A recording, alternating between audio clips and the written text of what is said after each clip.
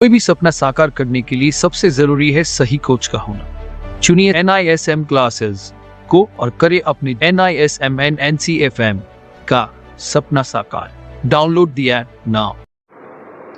Hello दोस्तों, NISM classes में आपका स्वागत है। NISM इक्विटी डेरिवेटिव 8A के आज हम कुछ मॉक टेस्ट करेंगे। हमने पहले भी कई सारे मॉक टेस्ट किए हैं, तो अभी चलिए हम आगे कंटिन्यू करते हैं। हमारा आज का पहला क्वेश्चन है, among the given options which one can be the main driver of the movement of stock index. Question ये है, इन चारों विकल्पों में से कौन सा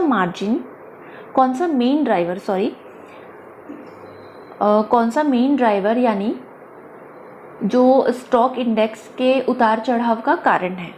ठीक है, तो स्टॉक मार्केट में जो अप्स एंड डाउन्स होते हैं, जो उतार चढ़ाव होते हैं, तो ये जो चार ऑप्शंस है इनमें से कौन सा जो है सही ऑप्शन है, सही विकल्प है। ठीक है,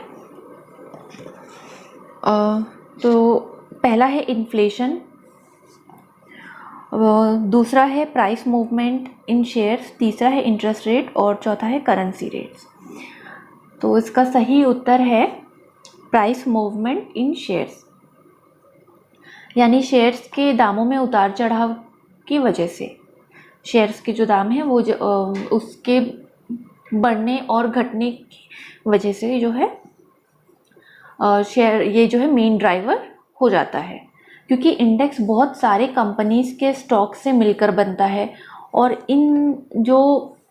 इन कंपनीज में और शेयरों के दामों में जो उतार चढ़ाव होंगे तो उसी तरह स्टॉक इंडेक्स में भी उतार चढ़ाव होते हैं। इसके बाद हमारा अगला क्वेश्चन है, if a day order is not executed during the day it will. अगर एक डे ऑर्डर जो है एग्जीक्यूट नहीं होता है मार्केट आवर्स में, तो फिर क्या होगा। तो इसके ऑप्शंस है, फर्स्ट ऑप्शन है देखिए, get cancelled automatically once the trading time for the day is over. यानी कि जो आपने जो ऑर्डर दे रखा है वो अपने आप कैंसिल हो जाएगा जैसे ही आपका ट्रेडिंग टाइम जो है, जैसे ही मार्केट आवर जो है ख़त्म होता है। ऑप्शन बी दिया है, get executed next day if it is in the price range. अगर प्राइस रेंज के अंदर है तो अगले दिन जो है ये एग्जीक्यूट हो जाएगा। तो ये ऑप्शन जो है गलत है। ऑप्शन सी है, get executed in the special auction market, यानी कि स्पेशल ऑक्शन मार्केट में ये अपने आप जो है एग्जीक्यूट हो जाएगा। ये भी गलत है। और ऑप्शन डी है, नन ऑफ द अबोव, ये भी आंसर जो है गलत है। तो सही आंसर है ऑप्शन ए, ये जो है अपने आप कैंसिल हो जाता है अगर आपने कोई ऑर्डर लगाया है मार्केट में और मार्केट आवर्स में आपने ऑर्डर लगाया है। ठीक है, और वो आपका जो ऑर्डर अगर आपका सक्सेसफुल नहीं हुआ, आपने जिस प्राइस पे अपने ऑर्डर लगा रखा है वो प्राइस अगर नहीं रीच हुआ है तो मार्केट आवर जैसे ही ख़त्म होता है तो ये भी आपका जो है ऑटोमेटिक जो आपका ये ऑर्डर कैंसिल हो जाता है। मार्केट आवर है 9:15 टू 3:30, 9:15 AM टू 3:30 PM, ये मार्केट आवर होता है।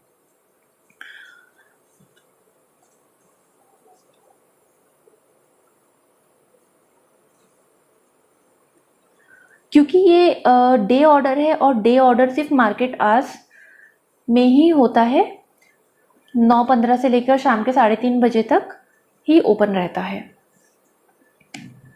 अब इसके बाद हम अगले क्वेश्चन की तरफ चलते हैं। हमारा अगला क्वेश्चन है, the price at which the market maker is ready to buy is known as bid price, state true और फॉल्स। दोस्तों ये क्वेश्चन का आंसर देने से पहले मैं आपको बता दूं कि हम जो है, हमारे चैनल का नाम है NISM क्लासेस और हम NISM एंड NCFM के सारे कोर्सेज प्रोवाइड कराते हैं। अगर आप भी स्टॉक मार्केट में कोई रुचि रखते हैं तो आप हमारे चैनल को लाइक, शेयर एंड सब्सक्राइब ज़रूर कीजिए। और डिस्क्रिप्शन बॉक्स में जाइए, वहाँ पर हमारा कॉन्टैक्ट नंबर प्रोवाइड किया गया है, आप हमसे डायरेक्टली कॉन्टैक्ट कर सकते हैं। साथ ही साथ आप हमसे सोशल मीडिया प्लेटफॉर्म पर भी जुड़ सकते हैं। आप हमें डायरेक्ट डीएम भी कर सकते हैं, हमें फॉलो कर सकते हैं। आपकी कोई भी क्वेरी हो तो आप हमसे कमेंट बॉक्स में कमेंट करके भी पूछ सकते हैं। आपको हमारी वीडियो अच्छी लगे तो चैनल को like, share, subscribe and comment ज़रूर करें। तो आते हैं हमारे नेक्स्ट क्वेश्चन की तरफ। तो क्वेश्चन ये है, जब मार्केट मेकर यानी कि खरीदार जब मार्केट में बाय यानी कि खरीदते हैं उसे बिड प्राइस कहा जाता है।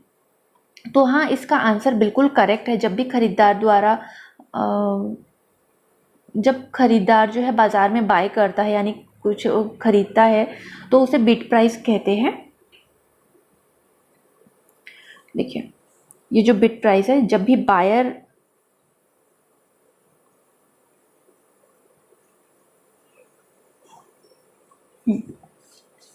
बायर बाय करता है उसे बिड प्राइस कहते हैं। बिड प्राइस को बायर प्राइस भी कहा जाता है। तो ये जो बायर है, बायर जब बाय करते हैं तो इसको बायर प्राइस भी कहते हैं। दोस्तों, जैसे बिड प्राइस ये खरीदारों की प्राइस होती है, वैसे ही आस्क प्राइस जो है ये सेलर की प्राइस होती है। ओके, बायर के लिए होता है और सेलर के लिए, बायर के लिए होता है बिड प्राइस और सेलर के लिए होता है आस्क प्राइस।